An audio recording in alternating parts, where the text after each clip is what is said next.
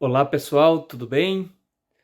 Nos encontramos por esses meios virtuais mais uma vez para as nossas reflexões do Evangelho do domingo. E o próximo domingo é uma solenidade, uma festa de dois apóstolos, Pedro e Paulo. O Evangelho que vamos ter em mãos para refletir, ainda que desde já adianto as reflexões, as perguntas que eu vou fazer mais adiante não vão estar relacionadas com o Evangelho, por isso quero dedicar essa primeira parte do vídeo a falar diretamente sobre o Evangelho e depois vamos falar sobre a solenidade, propriamente dita desses dois grandes apóstolos. Então, no Evangelho que nós temos para esse domingo da festa da solenidade é o Evangelho de Mateus, do capítulo 16. É uma passagem conhecida, já temos feito outras reflexões também aqui nesses vídeos que apresentamos para vocês, e vamos contextualizar, como sempre fazemos, como está procedendo Jesus, os evangelistas, nesse momento da história deles.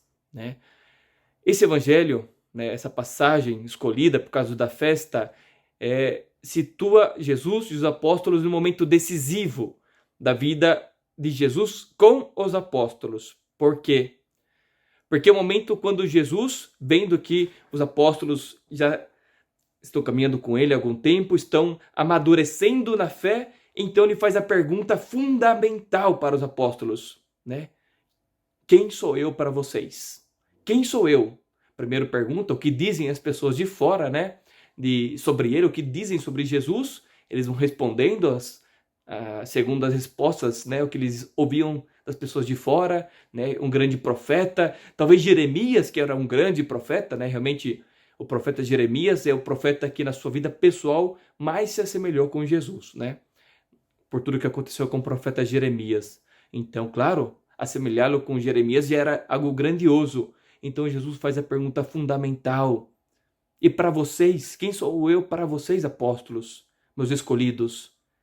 E Pedro, repito, estamos situando esse evangelho na festa de Pedro e Paulo. Pedro toma a iniciativa, sendo ele o líder dos 12, e responde: Tu és o Cristo, tu és o Messias. Essa resposta foi fundamental, porque é reconhecer no mestre deles, realmente o enviado de Deus. Messias é isso, é o enviado, aquele que era prometido pelas escrituras, pelos profetas, que viria para resolver a situação do povo, para afastar, as opressões. Claro, os apóstolos pensavam naquele momento nessa opressão externa, sobretudo feita pelo Império Romano. Então, nessa resposta, tu és o Messias, vinha um pouco incluído isso, Mas era mais do que isso. O Messias era um prometido, era uma promessa que Deus tinha feito, que chegaria alguém da parte dele para estar com o povo, para ajudar o povo a fazer a caminhada, Então é o reconhecimento de que essa pessoa, essa promessa se realizava naquele homem, naquele que os havia escolhido, que estava ali, que realizava aqueles sinais maravilhosos. Por isso é um momento tão fundamental. E é fundamental também porque a partir desse momento, Jesus vai começar a dizer aos 12 apóstolos tudo o que iria acontecer com ele. Essa parte mais negativa, começa a dizer abertamente que ele vai ser entregue na mão dos judeus, que os romanos o vão crucificar e matar, e que ele vai ressuscitar. São palavras que ficam misteriosas para os apóstolos, porque não aconteceram. Então eles não sabem como vai ser bem isso. Jesus fala de um momento dramático da vida deles, e eles estão vivendo uma outra realidade. Claro que eles viam esse momento, essa possibilidade de perigo na vida de Jesus, Sabia que os fariseus e os romanos não o viam bem, queriam acabar com ele, Em outros momentos, sabemos que tentaram jogar Jesus de um precipício, outro que pegaram pedras, mas Jesus sempre esquivou, sempre conseguiu sair ileso. Mas agora Jesus fala que não, que ele vai sofrer na mão desses homens, Então, depois que Pedro confessa, em nome dos 12, que ele era o Messias, o prometido de Deus, Jesus fala para Pedro: Pedro, eu te dou as chaves do reino dos céus. E é por isso que quando nós vemos figuras de São Pedro, né, nós desenhamos ou fazemos esculturas, Pedro tem uma chave na mão, tá bom? Vamos ver que Paulo tem uma espada. Vamos explicar isso mais adiante também, tá? Então esse é o contexto, né, desse evangelho de hoje. Antes já de passar para as questões que eu vou convidar para refletir, só uma distinção, né?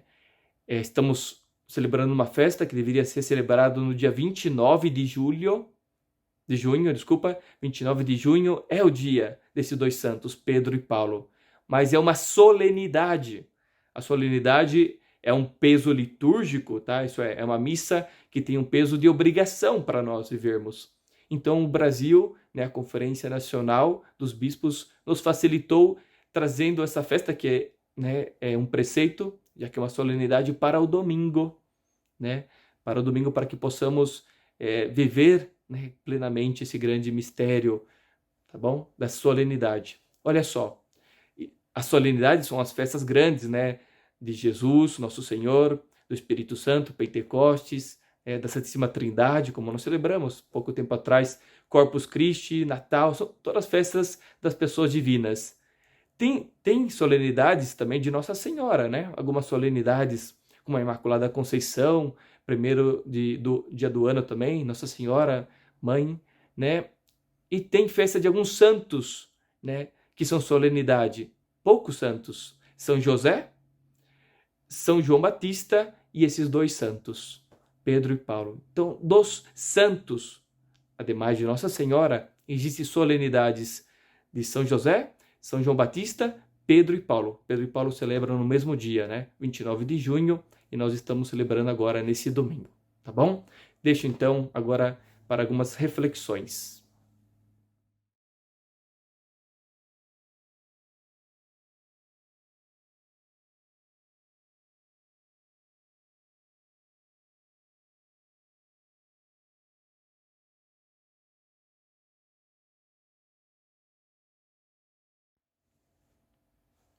Por que celebramos na Igreja Católica o Dia dos Santos? Já se perguntaram isso? Por que celebramos os santos? Uma dica: no Catecismo da Igreja Católica, né, que é dividido em 4 partes, a primeira parte que está nos introduzindo nos mistérios da nossa fé, ali começa a decorrer, na primeira parte do Catecismo, os artigos da nossa fé. O que é isso? São aquelas frases que estão no nosso creio. Creio em Deus Pai, Todo-Poderoso, Criador do céu e da terra. São esses os artigos da fé. Tá? Um dos artigos que nós professamos é que cremos na comunhão dos santos, tá? No catecismo. Ali, né, quando o catecismo começa a explicar, ele diz que nós professamos a fé nos santos com duas vertentes, né, por 2 motivos. Quais são esses 2 motivos, então, que nós, na Igreja Católica, celebramos os santos? O primeiro, que é o mais importante, é porque os santos são para nós, católicos, nós cristãos, eles são modelos, eles são exemplos, exemplos para que nós possamos seguir. Então nós temos os santos como pessoas, né, que viveram a nossa fé, a nossa vida, e servem então para nós de testemunho do qual devemos imitar, devemos seguir os seus ensinamentos, o que eles nos disseram, né, aqueles que disseram alguma coisa, né, temos que aprender dos seus ensinamentos ditos, mas sobretudo temos que aprender da sua vivência cristã. Tá? Esse é o motivo dos santos. Por exemplo, temos agora, dia de hoje, São Pedro e São Paulo. Temos que conhecer, portanto, quem são esses santos, saber o que eles fizeram, porque eles são importantes, porque a igreja apresenta eles para a nossa vida. O que temos que imitar deles? Tá? Isso vamos ver nas perguntas que vão se seguir, tá bom? Então, bom, os santos são colocados, como diz o catecismo, como modelos, exemplos de vida, exemplos para serem seguidos, em primeiro lugar, e em segundo lugar, né, porque eles intercedem por nós, são nossos amigos. Tá? E aqui eu queria deixar para vocês um convite. Sejam amigos dos santos. Amigos, conversem com eles, peçamos auxílio. No dia de alguns santos importantes, né, se fazem novenas, tridos na Igreja Católica, né, para alcançar graças, né, especiais, o que for. Ok, né, estão aí para isso.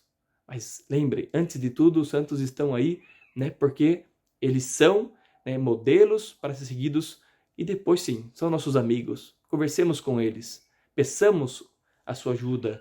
Eles que já estão na glória, os santos são aquelas pessoas que já estão na glória, estão com Deus, e desde lá estão nos ajudando. Ajudaram enquanto pessoas aqui vivendo conosco, e agora lá, vivendo com o Senhor, continuam nos ajudando. Peçamos então seu auxílio. E de aqui deixo um convite. Tenha algum santo de devoção, né? Tem algum santo com quem vocês possam conversar, né? Possam pedir auxílio nos momentos de dificuldade, de luta, de combate, né? De tristezas. Peçam a ajuda dos amigos santos, tá bom? Vamos passar para a seguinte questão. Quem é Pedro? São Pedro. Bom, São Pedro, né, foi um dos primeiros a serem escolhidos por Nosso Senhor. Ele era, né, da cidade ali litorânea do lago da Galileia, né, da cidade chamada Cafarnaum. Era irmão de André. André se encontrou com João Batista. João Batista indicou que Jesus era o Cordeiro de Deus, que deviam seguir ele. Então André, irmão de Pedro, fez a experiência de Cristo e chamou, né, ou comunicou para Pedro sobre Jesus, né? E depois Jesus se encontrou pessoalmente com Pedro e pediu para Pedro, né, teve aquela experiência da pesca milagrosa, né, que Pedro não conseguiu pescar nada, mas Jesus apareceu na praia, pediu usar a barca de Pedro e depois falou para Pedro pescar. E no momento mais improvável, Pedro fez a pesca milagrosa, né? E falou então para Jesus, né, afastai-se de mim, porque eu sou um pecador. Mas Jesus falou para ele, eu te escolhi. Deixa tudo e segue-me. E Pedro, desde então, se tornou um dos primeiros e o primeiro apóstolo. São Mateus, quando vai enumerar os apóstolos do Senhor, ele diz, então Jesus escolheu 12 apóstolos. O primeiro, Simão, que o chamou de Pedro. Tá? Então, ele é o primeiro. Os apóstolos reconheciam ele, né, na liderança dele como o primeiro. E vemos isso nos escritos evangélicos, como Pedro sempre tomava iniciativas, não sempre boas, né? Como na paixão do Senhor, ele se adianta, tira a espada para defender Jesus e corta a orelha do soldado fora, né? Bom, esse era Pedro, né? Impetuoso.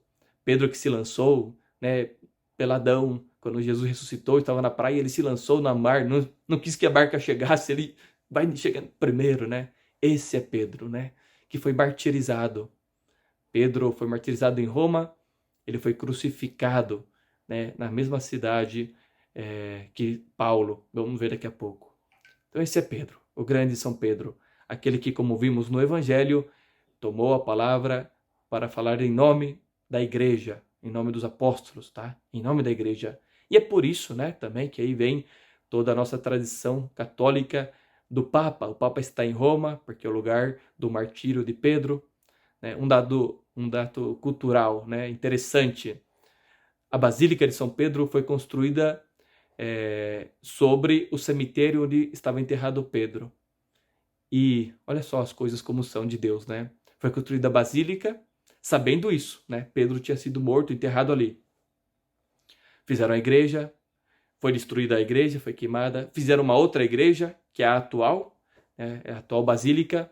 Construíram ela, construíram, né, em outra posição da anterior, construíram o altar e debaixo do altar, né, no século passado fizeram escavações e olha a providência, descobriram que debaixo do altar estão os ossos de Pedro. Encontraram lá, né, um escrito com os ossos, um escrito dizendo que ali estão os ossos de Pedro, um escrito do primeiro século. Olha como são as coisas de Deus, né? Então um dado aí cultural para quando forem visitar Roma, fazerem as escavações da Basílica, encontrarão esse lugar, essa capelinha bem debaixo do altar com os ossos de São Pedro ali, tá? Então Pedro que tem as chaves da igreja, né? Como também a liderança dele em nome da igreja. E aqui convido no dia de hoje rezarmos pelo nosso atual São Pedro, por assim dizer, né? Que na figura do Papa Francisco rezemos por ele, para que continue nos governando, né? Nos levando ao encontro do Messias, a quem foi revelado na pessoa real de São Pedro. Que o Papa também nos ajude a continuar fazendo essa caminhada, tá bom? Vamos passar agora para a terceira pergunta, terceira questão, né? Que vai ser em relação a São Paulo. quem foi São Paulo, né? Olha só, São Paulo, ele tem o título também de apóstolo, né? Hoje estamos celebrando os apóstolos Pedro e Paulo. Quando nós tomamos os evangelhos que narram, né, que nomeiam os 12 apóstolos, se vocês se derem conta, não vem o nome de Paulo ali. Porque Paulo, né, ele é um apóstolo póstumo, né? Existiam os 12 apóstolos e na pós-subida de Jesus aos céus, pós-ascensão, depois que veio o Pentecostes, né, o Espírito Santo veio, os apóstolos começaram a sair, né, a evangelizar, a anunciar a boa nova, o reino de Deus. Então, os apóstolos, assim como Jesus, começaram a ser perseguidos, né, pelas autoridades, né? Herodes, né, que vai perseguir, vai matar São Tiago o Maior, Santiago, irmão de João, evangelista, vai martirizá-lo, né? E assim os cristãos começam a ser perseguidos, os apóstolos começam a ser perseguidos. Uma dessas pessoas que perseguiam os apóstolos, a igreja, era Saulo de Tarso, né? Um fariseu, né? Um mestre religioso, portanto, chamado Saulo, né? Que numa dessas perseguições, né, recebe indicações para ir até uma cidade, né, onde havia uma comunidade cristã, e nessa ida, Jesus ressuscitado, né, através de uma grande luz e com sua voz, anuncia a Paulo que quer fazer dele, a Saulo, que quer fazer dele uma pessoa nova, que ele é um escolhido, de um perseguidor, culpado, né, até assassino, né, se não foi diretamente com as próprias mãos, ele autorizava assassinato. Assim foi com o nosso proto-mártir, né, que morreu martirizado, o diácono Estevão, apedrejado. Tá? Então esse é Paulo. Essa pessoa que de ser um perseguidor férreo, né, se tornou um apóstolo póstumo. E por que ele é um apóstolo? Porque, se querem saber, né, dos apóstolos, o que mais fez, né, mais anunciou o cristianismo foi Paulo, né? Esse que era Saulo se transformou em Paulo. Nós temos, por exemplo, no Novo Testamento, 13 cartas, né, que são dedicadas, né, com autoridade de Paulo. 13 que se conservam, né? Por exemplo, as cartas aos Coríntios, nós temos Coríntios 1, Coríntios 2 na nossa Bíblia. Mas sabemos, através da Coríntios 1, que existiu uma Coríntios 0, por assim dizer, uma Coríntios anterior. Porque ali Paulo escreve, né? Como já vos escrevi antes, né? Mas nós não temos, infelizmente se perdeu essa outra carta dirigida à comunidade de Corinto, tá? Então esse é Paulo. Paulo vai se transformar depois desse encontro com o Senhor. E aqui está algo interessante para nós, né? Que eu, pelo menos, gosto muito de meditar sobre isso. Paulo, a diferença dos outros 12, ele não conheceu Jesus em vida. Talvez ouviu falar, né, desse grande mestre que fazia milagres, que foi morto, tal, etc, né? Mas ele não conheciam. A experiência deles é um pouco parecida à nossa, que escutamos, né, falar de Jesus, mas que não convivemos como os apóstolos. Mas Paulo teve uma experiência, vamos chamar assim, uma experiência mística com o Senhor. E a experiência que nós somos chamados a fazer hoje. Uma experiência na fé. Uma experiência assim forte a dele, claro, né, reveladora, né, mas que transformou a vida dele. E aqui está o grande ensinamento. Né? Deus quer tocar a nossa alma, quer nos transformar de Saulos, né, que não ponha o seu nome, em Paulo, esse novo homem. Somos chamados a ser através da nossa fé. Novo homem, nova mulher, tá? Novo ser em Cristo, como Jesus prometeu que faria lá atrás, quando ele começou a anunciar o seu evangelho. Jesus falou, se encontrou com outro fariseu, Nicodemos, e falou para Nicodemos: é preciso nascer de novo, ser renovados no Espírito. E vemos isso concretamente nos apóstolos, claro, mas muito concretamente em Paulo, o homem novo. Né? Uma dica também, né? Uma dica não, uma coisa que eu vou falar para vocês agora. Pedro, lembra? Ele se aparece nas imagens sempre com uma chave. Já se perguntaram por que Paulo aparece sempre com uma espada na mão? Tente se responder isso, né? Já respondo, né?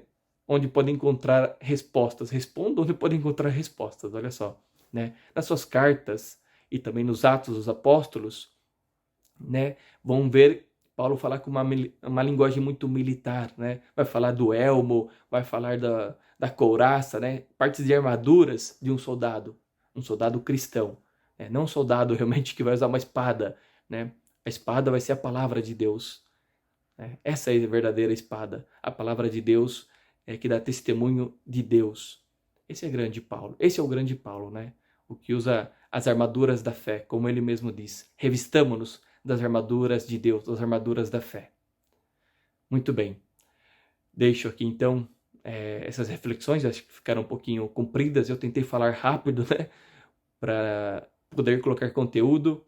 Espero que aproveitem e que, como falamos no primeiro ponto, aproveitemos, né, os santos para conhecê-los, para aprender deles e imitá-los e também para pedir sempre o seu auxílio, né, a sua ajuda.